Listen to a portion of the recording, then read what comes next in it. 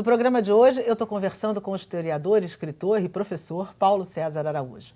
Paulo, o que te levou, como eu perguntei no bloco anterior, a escrever sobre uma fatia popular, mais diferenciada da música popular brasileira? Rogério, eu tive duas principais motivações. Uma afetiva. Como eu disse, eu cresci no interior da Bahia, numa época que só tinha rádio AM, tocava-se de tudo do rádio, então eu cresci ouvindo esses cantores, Valdir Soriano, Nelson Ned, Agnaldo Timóteo.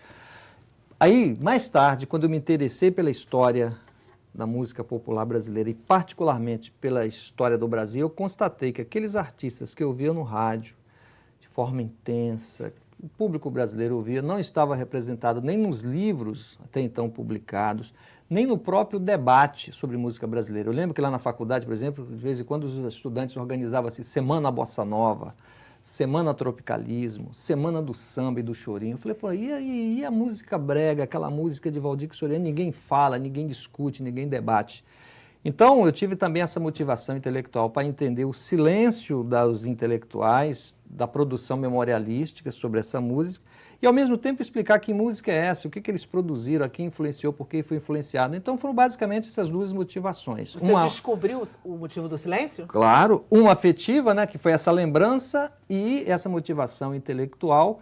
E aí eu fui debruçar, pesquisar, entrevistar esses cantores, né, muitos pela primeira vez falando sobre o significado histórico de suas carreiras, enfim, vasculhar arquivos da censura, tudo, uma documentação que era até então inédita, que ninguém tinha se interessado, porque essa geração estava relegrada. Os livros sempre falando de cantores ou da tradição, o samba, ou da modernidade, bossa nova, tropicalismo, né?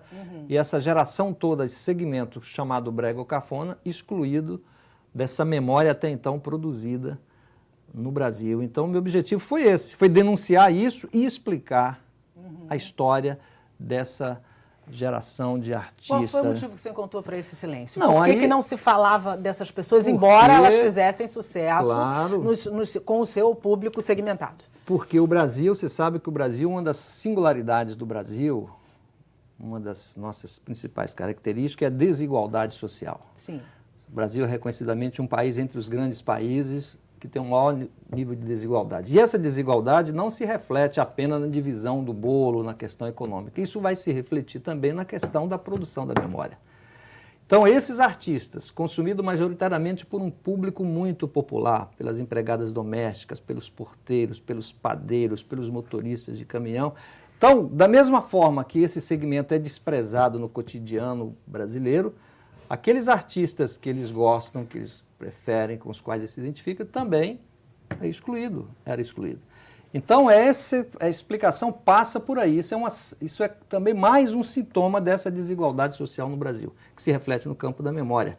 E o meu livro fala sobre isso, aponta isso, e revela para esse público que sempre ignorou esses artistas a importância desses artistas. Então, nesse sentido, o livro foi revelador por isso. Por exemplo, sempre se falava aqui no Brasil, na produção de livros, sobre a censura a Chico, a Caetano, a Gil, e de fato é uma história linda de resistência, e essa história tem que ser contada. Mas ninguém falava da censura ao Odair José. O Odair José, por exemplo, o Terror das Empregadas, o Bob Dylan da Central, ele foi um dos mais censurados artistas da época da ditadura. E ninguém falava disso, não se sabia, ninguém foi lá mexer nos arquivos da censura procurando o Odair, só iam procurar a música de Gonzaguinha, de Chico, de Caetano. Eu fui lá, vasculhei, encontrei, entrevistei esses artistas e revelei esse capítulo da história do Brasil que não estava revelado. Então o livro foi instigante e eu próprio ia me surpreendendo com a própria pesquisa. Eu falei, caramba, músicas de Valdir, de Nelson Ned, de Paulo Sérgio, né? O embate deles, eles denunciando o autoritarismo da sociedade brasileira.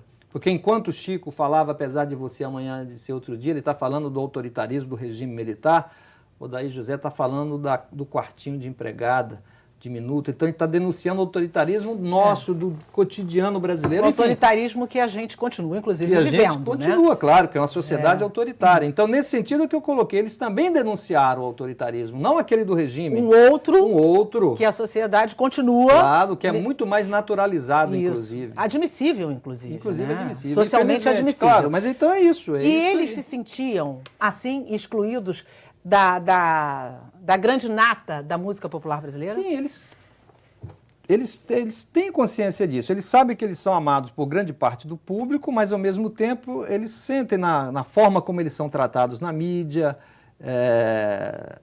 eles não se encontravam nos livros, então eles tinham consciência disso, né? E eu, nas entrevistas, eu, inclusive, procurava falar sobre isso, né? Claro que muitos deles vinham com aquele discurso, mas eu não estou nem aí, Paulo, eu não estou nem aí, Valdir Soriano, eu sou o cantor do povo, esses intelectuais não são de nada. Então tem aquele discurso, mas que você sente, claro, que tanto é que quando o livro saiu, eles todos ficaram felizes, eles todos me procuraram, eles se sentiram representados, que bom, né? Claro. Claro que ele cumpriu o papel, é isso, sem dúvida. E eles ficaram orgulhosos. E tem uma frase do Odaí que eu acho bacana, e o Agnaldo Timóteo também falou, esse livro Não Sou Cachorro Não me fez valorizar mais a minha própria obra. Você sabe que é aquela coisa do discurso dominante, que você vai dizendo que aquilo é ruim, que aquilo é insignificante, o próprio artista vai incorporando a ideia. Aquilo. O sentimento de menos-valia vai ficando, claro. Ele vai acreditando nisso. Mesmo ele sabendo que ele tem um público para quem cantar, que ele faz show, mas o sentimento fica. Então, quando eles falaram isso, aí você percebe como é que isso atingiu eles, como isso era realmente uma questão para ser resolvida. Esse livro me ajudou a valorizar a minha própria obra. Então, claro. Você imagina, e o público deles também. Provavelmente foi um acerto de contas com eles mesmos. O livro fez o acerto de contas. Qual foi o teu critério para a escolha?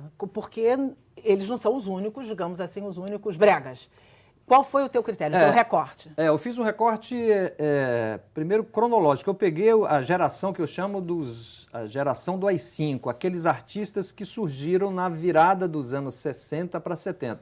Eu Não Sou Cachorro Não cobre exatamente esse período, o período do AI-5, que começa em 68 e termina ali em 78, né, quando o governo Geisel editou o fim do AI-5. Então eu pego esse período, a geração dos anos de chumbo, que é o auge da censura, o auge da repressão, o auge do governo Médici, enfim. Então é essa geração. E qual é essa geração? É essa geração de Odaí José, de Paulo Sérgio, Nelson Ned, todos eles estouraram, se tornaram grandes artistas populares exatamente nesse período, nessa virada dos anos 60 para 70, coincidentemente, no período de expansão da indústria fonográfica no Brasil, quando o Brasil se torna o 5º maior mercado de disco do mundo, e ele como um dos artistas mais populares. Então eu mostrei esse contraste também, artistas muito populares e desprezados pelos críticos, pelos historiadores, pelos memorialistas. Eles eram excluídos, inclusive, ou desprezados, como você usou o termo, dos próprios críticos de música? Sim, a crítica sempre tratou isso como algo menor. Aliás, você era raro encontrar um crítico comentando um disco de Odaí José. Isso aí, nas próprias páginas de jornais, você via isso. Você estava lá o lançamento do Chico, do Caetano, do Milton. E cadê aquele disco do Valdir Soriano? Está ali. E quando aparecia, era sempre lá. Ó. Nunca valorizando. Não, ao contrário. Eu tenho até um capítulo desse livro, um cantor chamado Cavalo, né, que eles insistiam em comparar Valdir a bicho, a cavalo, a boi, enfim. Por quê? Porque dizia que era uma voz de um rinoceronte, assim, as expressões que eles usavam para se referir a esses cantores, né? Então você sente um desprezo absoluto, né? Tem muitas informações, você encontrou muitas informações contraditórias entre eles, ou não? As histórias deles eram histórias, era realmente aquilo, ou tinha muita coisa contraditória? Tem, isso aí não tem jeito, né? Por isso que o trabalho do biógrafo, do historiador é difícil, né? Porque o cara conta uma história aqui, o outro conta ali, não, mas não foi assim.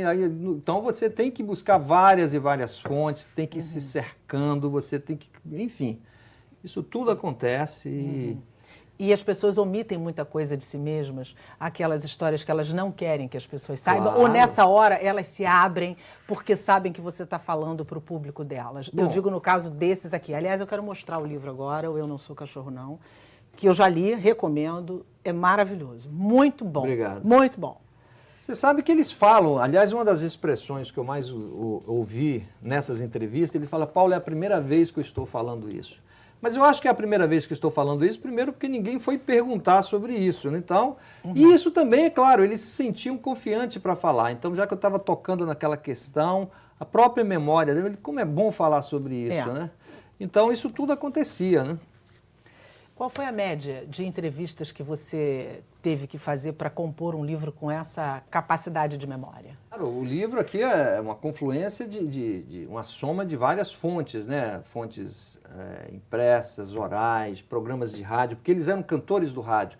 mais do que aparecer nos cadernos, nos segundos cadernos do JB, da Folha, que não apareciam tanto, eu tive que encontrá-lo nas entrevistas, nos programas de rádio e nos arquivos da Rádio Nacional, da Rádio Globo, da rádios, enfim, do Brasil. Melhor fonte para você foi o rádio, no caso deles. Sim, foi uma fonte rica, importante, porque era a fonte que eles estavam falando, mais do que o caderno B, do que os segundos cadernos da grande imprensa brasileira. Então você vê, isso foi uma fonte importante. E nesses arquivos, nesses áudios, nesses programas de rádio, às vezes uma rádio do interior do Piauí, eu procurava alguém, olha Paulo, o cara ali tem uma fita de um programa de Odair José em 69, eu entrava em contato porque ele gravou na época, enfim, tive que vasculhar isso, além das entrevistas todas.